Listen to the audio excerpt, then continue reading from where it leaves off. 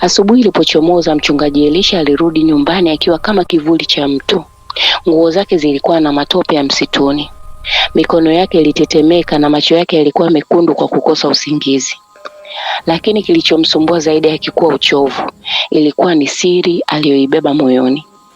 Alipofika nyumbani, aliketi sakafuni na kuanza kuomba kwa sauti ya chini, lakini maneno yake yalionekana kugonga dari na kurudi.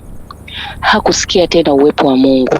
Badala yake alihisi kitu kizito na cha baridi kikimtazama gizani. Siku hiyo hiyo jambo la ajabu lilitokea. Mtoto mmoja wa jirani anayeitwa Neema alitoweka. Kilio cha mama yake kilivunja ukimya wa kijiji. Watu walimtafuta msituni, wakamtafuta mtoni na kila kona ya kijiji, lakini hawakumpata. Elisha aliposikia habari hizo, moyo wake ulisimama kwa sekunde chache. Maneno ya yule mzee yalimrudia kichwani mwake. Kafara ya kwanza ni damu ya asiye na hatia. Alijifungia chumbani akijaribu kujidanganya, haiwezekani, siwezi kuwa sehemu ya hili. Lakini usiku ulipofika, ndoto ilimjia. Alijiona akiwa ndani ya kibanda kile kile, mishumaa mekundu ikiwaka, damu ikitiririka sakafuni na sauti nzito ikisema, ahadi umeitimiza, sasa chukua ulichokiomba. Alishtuka kutoka usingizini akiwa ametokwa na jasho jingi. Saa chache baadaye, jambo lisiloelezeka lilianza kutokea. Siku ya Jumapili ilipowadia, kanisa lilijaa ghafla. Watu walikuja kwa makundi, wengine wakisema walimuona Elisha akiwaita, wengine wakidai waliona mwanga juu ya kanisa usiku. Sadaka zilimiminika kwa wingi, wagonjwa walidai kupona. Elisha alipohubiri, maneno yalitoka kinywani mwake kwa nguvu isiyo yake.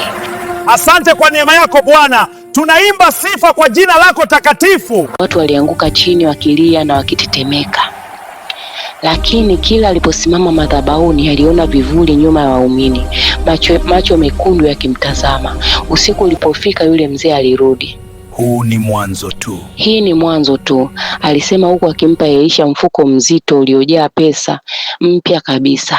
Lakini kumbuka, kila hatua ya juu kafara mpya. Elisha alimeza mate. Kafara ya pili ni nini? Mzee akatabasamu polepole. Sasa haitakuwa mtu wa mbali, itakuwa mtu wa karibu. Maneno hayo yaliuchoma moyo wake kama moto. Alimfikiria dada yake mdogo aliyekuwa akiishi naye. Aliwafikiria waumini waliomwamini kama mtumishi wa Mungu, lakini tamaa ilikuwa tayari imemfunga minyororo. Umasikini ulinichosha. Sasa nitaishi maisha ninayoyataka.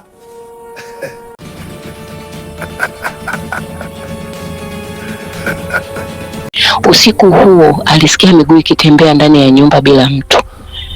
Mlango ulifunguka wenyewe, kioo kilipasuka, na kwenye ukuta wa chumba chake damu ilitiririka na kuandika maneno.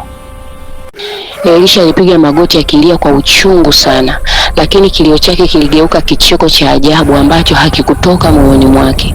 Kanisa lake lilikuwa, umaarufu wake ulienea, lakini kila siku alisikia sauti ya mtoto ikimuita gizani, mchungaji, kwa nini?